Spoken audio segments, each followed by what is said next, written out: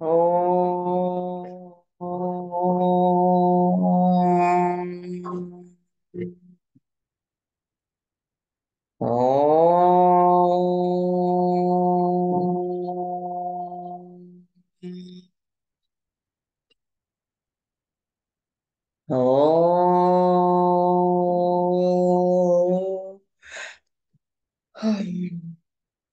గురు బ్రహ్మా గురు విష్ణు గురుర్దేవో మహేశ్వర గురు సాక్షాత్ పరం బ్రహ్మ తస్మై శ్రీ గురవే నమః.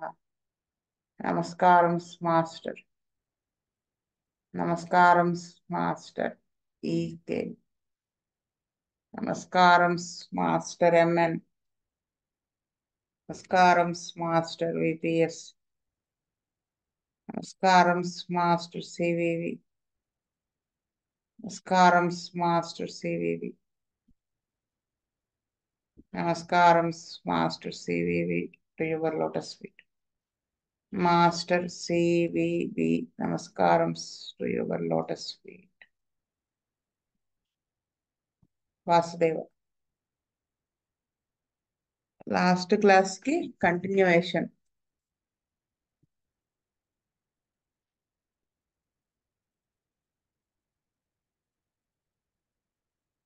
Now this rules about the idea of substitution. If one doesn't work, they say try all down the list alphabetically until you hit it. అంటే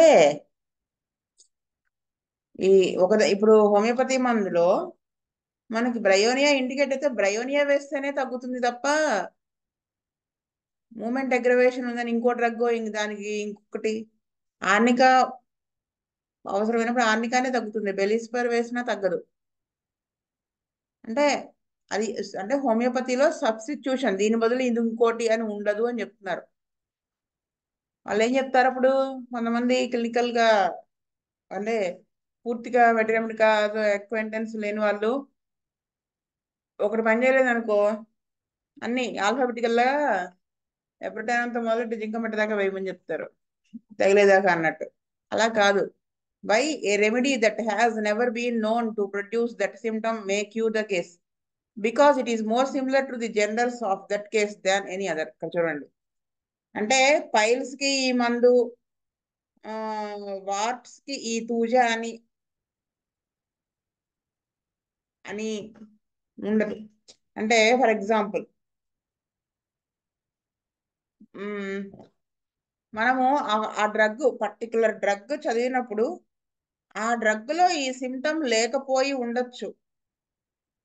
okay, ఆ drug లో ఆ మెడికాలో ఆ పేషెంట్ ఏ డిసీజ్ తో వచ్చాడో అది లేకపోయి ఉండొచ్చు, కానీ అది క్యూర్ చేస్తుంది, చేయొచ్చు కేసు. ఎలాగ పాసిబిలిటీ ఉందండి అంటే general symptoms, mental generals and physical generals of that case ఆ డ్రగ్ తో సిమిలారిటీ ఉంటే ఈ పర్టికులర్ డిసీజ్ అంటే ఫిజికల్ గా ఉన్నటువంటి డిసీజ్ ఆ మెడికల్ లేకపోయినప్పటికీ తగ్గుతుంది.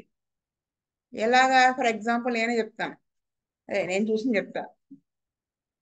ఒక అతను ఒళ్ళంతా వాట్స్ అండి, అంటే పులిపిర్లు ఒళ్ళంతా, అసలు యూజువల్ గా ఫేస్ మీద తక్కువ ఉంటాయి, ఫేస్ మీద కూడా అక్కడక్కడ వస్తూ, బాడీ అయితే మీకు స్కిన్ కనిపించట్లేదు, అంత బాగా వచ్చేసినాయి వాట్స్. ఆ కేస్ షీట్ మొత్తం రాసుకున్నాను. రాసిన తర్వాత అంత కేసు అసలు ఏ డ్రగ్ కి ఇండికేట్ అవ్వదు. ఇంకా మాది అటు తిప్పి ఇటు తిప్పి ఇంకా చాలాసేపు కేస్ షీట్ రాస్తే అతను ఏం చెప్పాడంటే చిన్నతనం నుంచి ఫస్ట్ అతనికి మోషన్స్ అయిపోయినాయి, దానికి ఇంగ్లీష్ మందు వాడేశారు. తర్వాత లంగ్ ఇన్ఫెక్షన్ వచ్చింది, ఇంగ్లీష్ మందు అదే అలోపతి వైద్యం చేశారు. దాంట్లో నుంచి మళ్ళీ ఇరప్షన్స్ అంటే చీంపొక్కులు వచ్చినాయి, దానికి ఇంగ్లీష్ మందు వాడేశారు. ఇంకా అలా ఒకదాని ఒకటి వచ్చి లాస్ట్కి ఈ వార్డ్స్ వచ్చాయి. అసలు మెంటల్స్ కానీ ఏమి మనకు కనిపించట్లేదు పెద్దగా. మెంటల్స్ అంటే ఇన్ ద సెన్స్ అంటే ఒక ఈ గనిబిజిగా ఉంది కేసు. సరే చూద్దాం. నాకు అనిపించింది ఏంటంటే ఓవర్ డ్రగ్గింగ్ చేయడం వల్ల వచ్చింది ఉంటుంది ఈ వాట్స్ అని ఇచ్చాను మందు. ఏమిచ్చాను అంటే క్యాలిమోర్ 200 ఒక డోస్ ఇచ్చి ఆల్ఫా ఆల్ఫా మదర్ టీచర్ పెట్టాను. 1 మంత్కి ఇచ్చాను. ఎలాగూ 15 రోజులకి వారానికి మనం మార్చేది ఏమి ఉండదు కదా డ్రగ్. యూజువల్గా నేనేమనుకున్నానంటే కనీసం ఒక 1 ఇయర్ పైన పడుతుంది, అసలు బెటర్మెంట్ అవడానికి ఒక 2-3 months అన్నా పడుతుంది అనుకున్నాను. నెక్స్ట్ టైం ఆ పేషెంట్ వచ్చినప్పుడు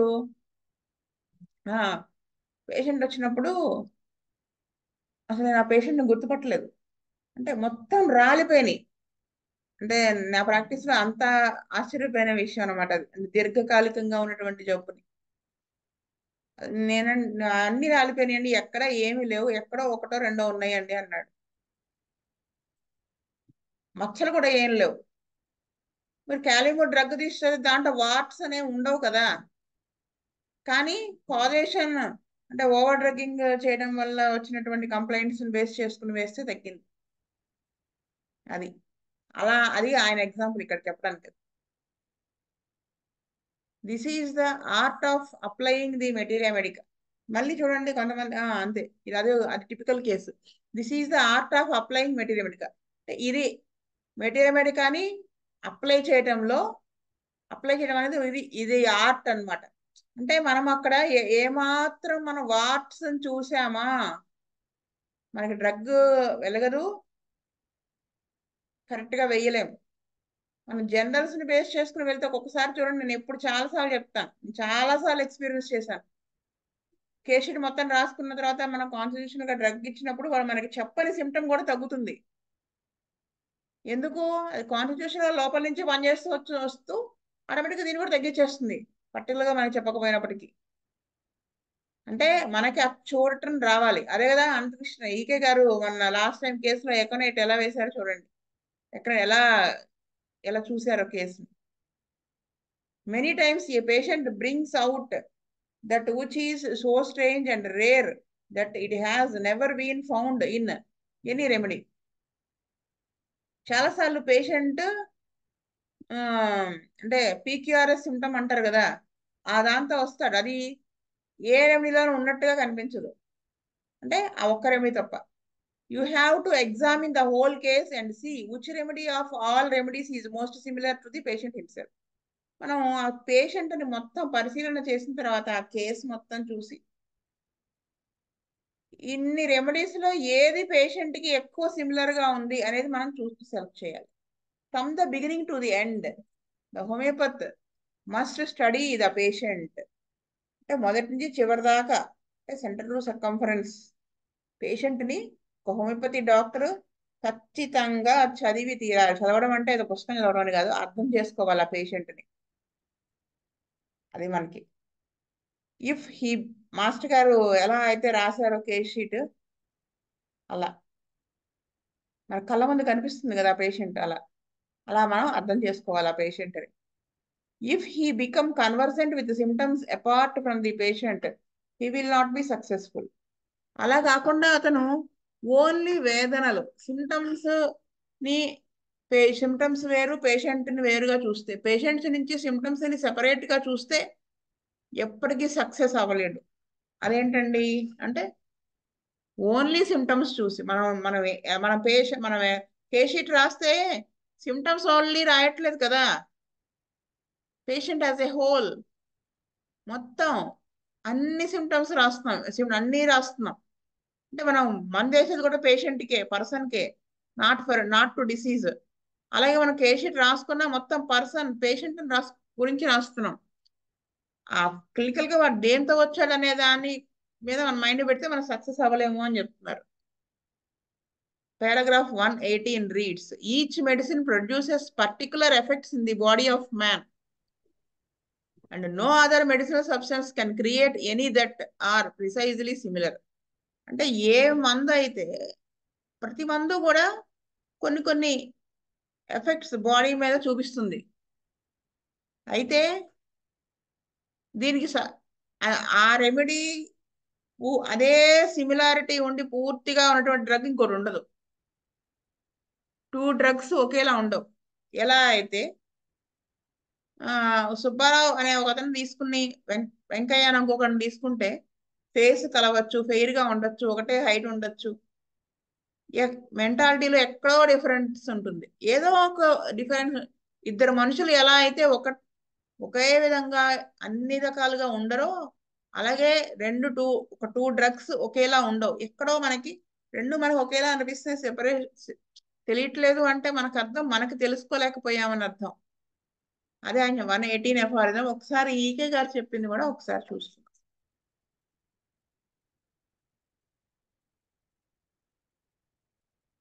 ఒక్కొక్క ఔషధము మానవ దేహంపై ఒకే విధమైన ప్రభావము కలిగి ఉంటుంది. ఏ రెండు ఔషధములు అదే విధమైన ప్రభావము కలిగి ఉండవు. వివరణం: 2-3 ఔషధములకు ఒకే విధమైన వేదనలు పుట్టవచ్చును గాని ఒకే వేదనా సముదాయం పుట్టదు. ఈ వేదనల మొత్తం ఒక్క కూర్పు ఆ ఔషధములకు మాత్రమే ప్రత్యేకము. మనిషిని పోలిన మనిషి ఉండవచ్చును గాని మొత్తము పోలికలు, స్వభావము, మనస్తత్వము కల వ్యక్తులు ఇద్దరు ఉండరు. That is the beginning of a doctrine showing that there can be no substitution. అంటే ఈ డాక్ట్రిన్, ఈ హోమియోపతి సిద్ధాంతం మొదలవడమే ఇలా మొదలైంది. మొదలట్లో చెప్తారు ఏ మందు ఇంటికెడితే అదే పడుతుంది, కానీ ఇంకొక దాని బదులు ఏమేయాలి అంటే అవదు. There are cases that are so mixed that man, no matter how much he studies, cannot see the distinctions. But remember one thing, there is one remedy that is needed in the case, whether it is known or not. It is needed in the case and it has no substitute. For that remedy differs from all other medicines, just as this individual differs from all other individuals. There are cases that are so mixed. అంటే కొన్ని కేసులు ఉంటాయి కలిసిపోయి అలా, అంటే అన్ని రకాల వేదనలతో అవి కలిగి ఉంటాయి. ఎంత చదివినా, no matter how much he studies, అంటే కొన్ని కేసులు ఉంటాయండి చూస్తే మనకి వాటిల్లో ఇండివిజువలైజేషన్ కనిపించకుండా ఉంటుంది. అంటే ఈ కేసు ఒకేలా అనిపిస్తూ. బట్ రిమెంబర్ వన్ థింగ్, అంటే 2 డ్రగ్స్ తీసుకుని చదువుతుంటే మనకు ఒకేలా అనిపిస్తాయి, లేదా ఆ కేసుకి 2 డ్రగ్స్ పడతాయేమో ఈ రెండు అనిపిస్తుంది, డిస్టింక్షన్ తెలియక. అది నువ్వు తెలుసుకున్నా తెలుసుకోకపోయినా కేసుకి కావాల్సింది ఒకటే మందు, దాని బదులు ఇంకోటి వేసినా మోస్ట్ సిమిలర్ అవుతుంది, కానీ కంప్లీట్లీ సిమిలర్ డ్రగ్ అయితే అవ్వదు. దానివల్ల క్యూర్ అయితే పాసిబిలిటీ కాదు, కొంతవరకు తగ్గుతుంది తప్ప పూర్తిగా తగ్గదు. ఏ విధంగా అయితే ఒక మందు ఇంకో మందుతో డిఫర్ అవుతుందో కేసులు కూడా అంతే. అది చెప్తున్నారు. It may be that we cannot see that it is needed, it may not appear to be indicated, but it is needed all the same, though the intimation may not have to come the eye or ear of the physician. ఆయన ఏం చెప్తున్నా చూడండి. It may be that we cannot see that is needed. మనకి ఒక్కోసారి ఆ case చదివినప్పుడు ఈ drug indicate అవుతుందని అనిపించకపోవచ్చు, కనిపించకపోవచ్చు, అవసరం అని తెలుసుకోలేకపోవచ్చు.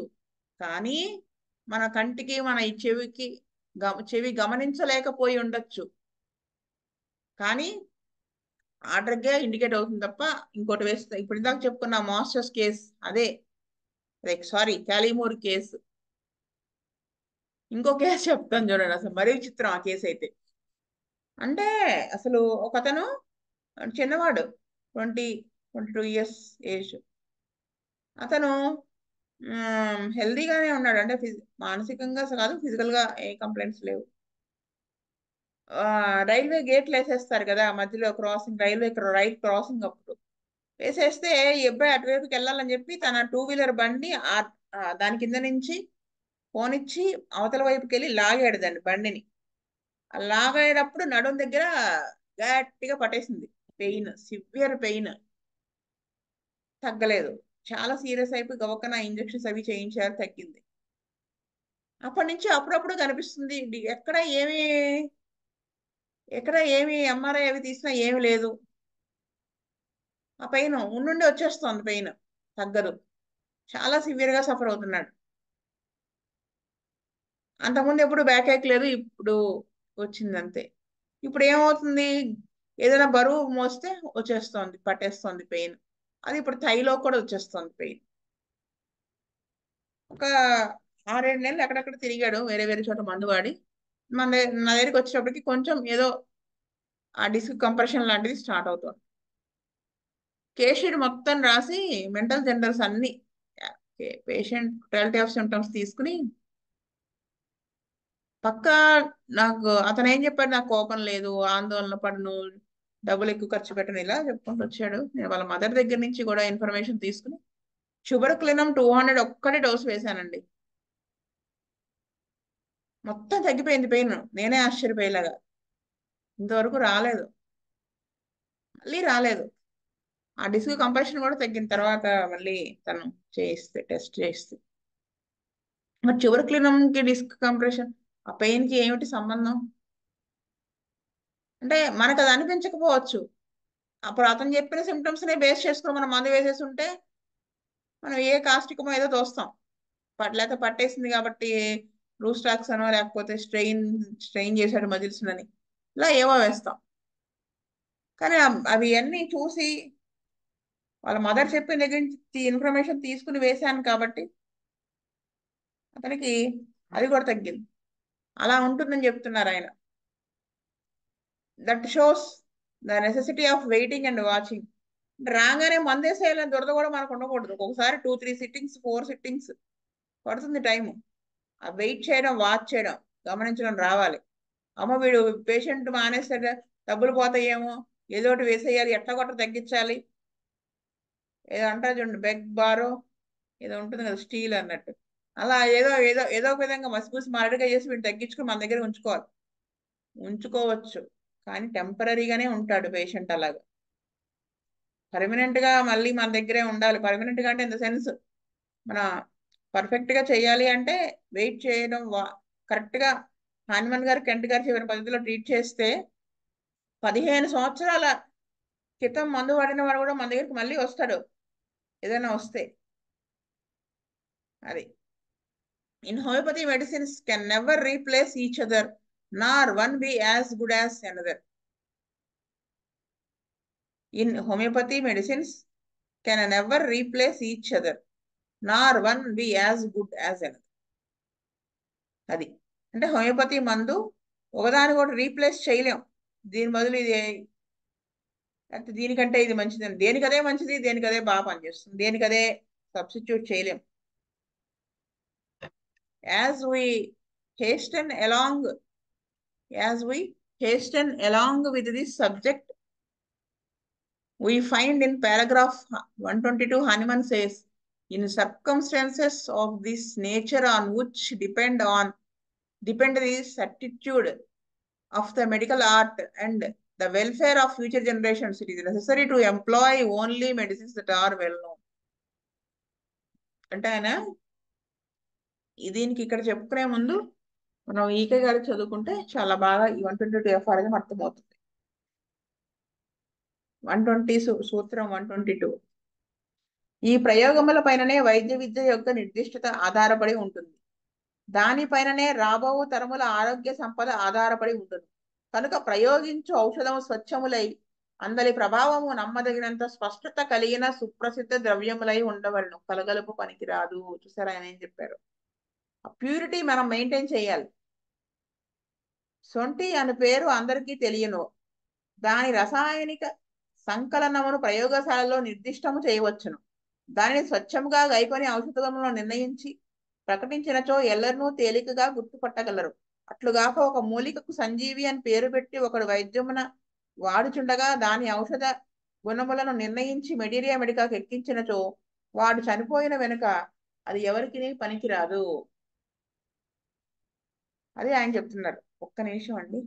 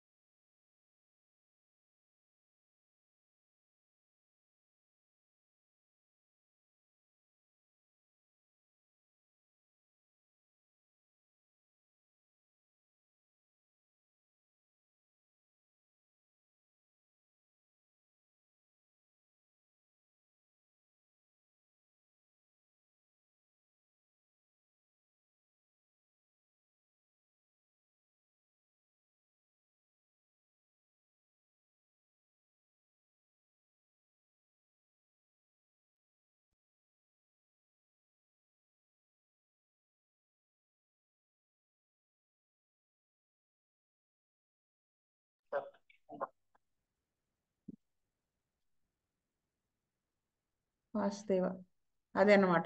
Purity is important. Medicines as they are proved should be kept unmodified and preserved and possessed of their full energy. అంటే మన మందు మరి తయారు చేస్తాం కదా, ఆ మందు ప్యూరిటీ స్వచ్ఛత ఉండాలి.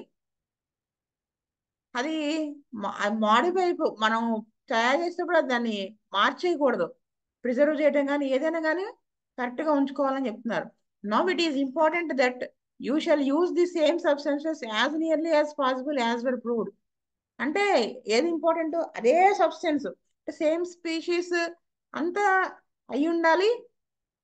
అప్పుడు వాళ్ళు ఏ ఏ విధంగా వాళ్ళు ఏ స్పీషీస్ తీసుకుని ప్రూవ్ చేశారో అదే విధంగా మనం చెయ్యాలి, అదే తీసుకోవాలి. ఇక్కడ ఎగ్జాంపుల్ చెప్తారు. Among the potencies that we're using here as high potencies made by Fink and others, we have in a large number of instances the very identical substances that were proved by the provers. అంటే ఫింక్ అనే ఆయన ఒక ఆయన ఇంకా ఏం చేశారంటే ఇలాంటివన్నీ తీసుకుని చేశారు. వాళ్ళు సేమ్ ఐడెంటికల్ సబ్స్టెన్సెస్ తీసుకుని అవే ప్రూవ్ చేశారు వాళ్ళు. It is important not to change A plant bearing the same name as the one proved but grown in a different climate and on different soil should not be used. చూసారు, అదే చెప్తున్నారు. ఒక plant ని మనం తీసుకుని provings చేస్తే అది అంతకుముందు వాళ్ళు ప్రూవింగ్ చేసినప్పుడు ఏ స్పీషీసో అదే తీసుకోవాలి, ఏ సాయిల్ ఏ నేల మీద జరిగిందో ఏ క్లైమేట్ లో పెరిగిందో అదే దాంట్లో నుంచి తీసుకునే మనం ప్రూవింగ్స్ చేసుకోవాలి, తయారు చేయాలి తప్ప వేరే దాంట్లో చేస్తే అవ్వదు అని చెప్తున్నారు. Procure the one that was proved originally. Procure సంపాదించు, కొనుగోలు చేయటం అనమాట. ది వన్ అంటే ఒరిజినల్ గా ఏదైతే ఉందో దాన్నే సంపాదించి మనం అదే చెయ్యాలన్నమాట. Fincke recognised this when he procured the substances that Hering proved. ఆయన హెరింగ్ ప్రూవ్ చేసినప్పుడు తీసుకుని చేసినప్పుడు ఆయన ఇది రికగ్నైజ్ చేశారు. We have the same Lachesis that Hering proved. I have a sample of the original Lachesis that I am preserving in a little vial marked with Hering's own name. అంటే ఆ herring ఏదైతే lexis దేనికి తయారు చేశాడో ఆ original అదే దాని నుంచి అదే తీసుకుని తయారు చేశాడో అదే నేమ్తో. The medicine should be well known, its history should be well known with all the steps and details. The question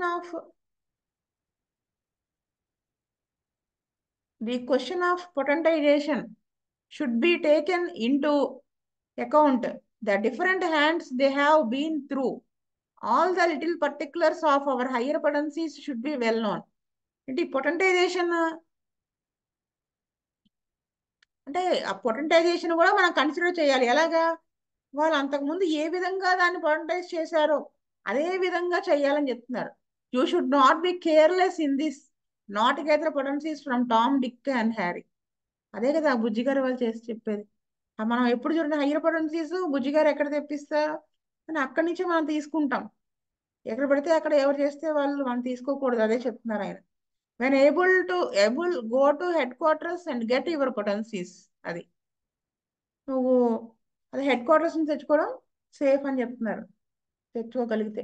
Hahnemann writes in paragraph 144, a materia medica of this nature shall be free from all conjecture, fiction or gratuitous assertion. It shall contain nothing but the pure language of nature, the results of a careful and faithful research. అంటే ఆ మెటీరియమెటికా nature అది ఎలా ఉండాలి అంటే all కంజంక్చర్ అంటే మన ఊహలకు అతీతంగా ఉండాలి, మనం ఊహించి చేయడం కాదు. ఫిక్షన్ అంటే మన కాల్పనికం అంటే కల్పించేది అయి ఉండకూడదు. నెక్స్ట్ ఏమన్నారు, అనాలోచితంగా ఉండకూడదు అది.